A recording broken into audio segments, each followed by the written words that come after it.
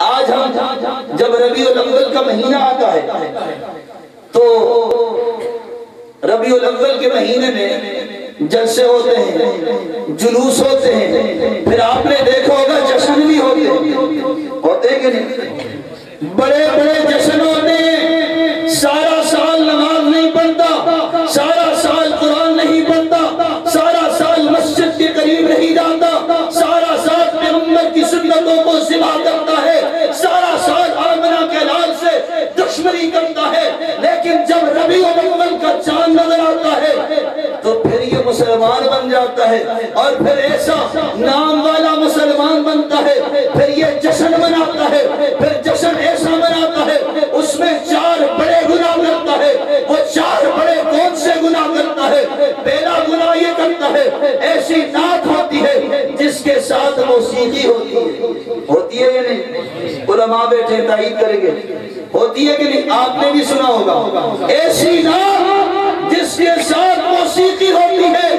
اتنا بھی نہیں سوچا میرے آقا انما بعثت لکسر المعازف، حضور موسیقی کے آلات کو توڑنے آئے تھے، اور یہ آمنہ کے لال کے نام کے ساتھ موسیقی لگ رہی ہے۔ ایسا ہوتا ہے کہ نہیں؟ سچ بتاؤ، یہ بڑا گناہ ہے کہ نہیں؟ یہ بہت بڑا گناہ ہے۔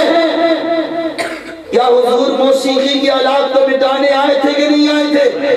حضور موسیقی کو مٹانے آئے تھے، اور یہ آمنہ کے لال کے نام کی توہین کرتا ہے، یہ خدا کے نام کی بھی توہین کرتا ہے، یہ اصحاب پیغمبر کے نام کی بھی توہین کرتا ہے، یہ اہل بیت عثمان کے نام کی بھی توہین کرتا ہے۔ اس میں اتنا تو آگے بڑھ گیا، ساری سال سنتوں کو ذبح کرتا گیا، اب تو نے جرم کا ظلم کی انتہا کر دی۔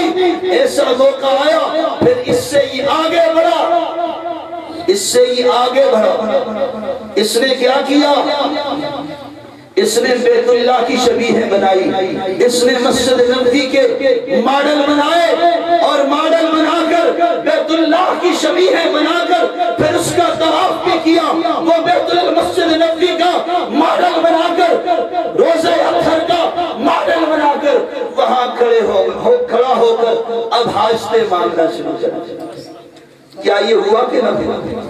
آپ نے اپنی آنکھوں سے دیکھا، یہ بدعت بڑھتی گئی، بدعت بڑھتی گئی۔ ہائے ہائے، ہم جب دیکھتے ہیں، اٹھائیے تاریخ، اٹھائیے حدیث کی کتابیں، آئیے آمنہ کے لال کی زندگی میں 23 سالہ دور میں 12 ربیع الاول آیا، آمنہ کے لال کے بعد دور صدیقی میں، دور صدیق فاروقی حضرت ابو بکر صدیق رضی اللہ تعالیٰ عنہ کی خلافت میں 2 سال 12 ربیع الاول آیا، فاروق اعظم کے دور میں 10 سال 12 ربیع الاول آیا، عثمان کے دور میں 12 سال 12 ربیع الاول آیا، حضرت علی کے دور میں 5.5 سال ان کی دور خلافت ہے، 6 برس میں ربیع الاول آیا، حسنین کی موجودگی میں ربیع الاول آیا، 19 سال حضرت امیر معاویہ کے دور میں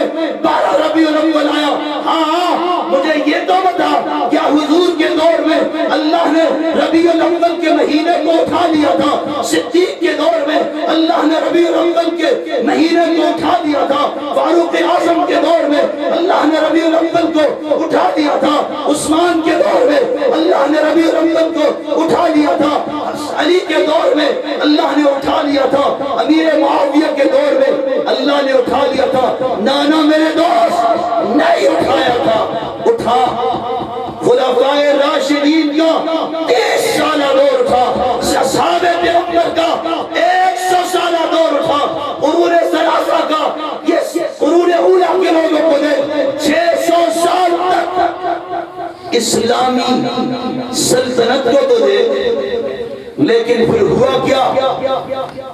6 ہجری سن 604 ہجری میں، سن 604 ہجری میں بغداد کا بادشاہ مظفر الدین اربلی نے اس کا ایجاد کیا۔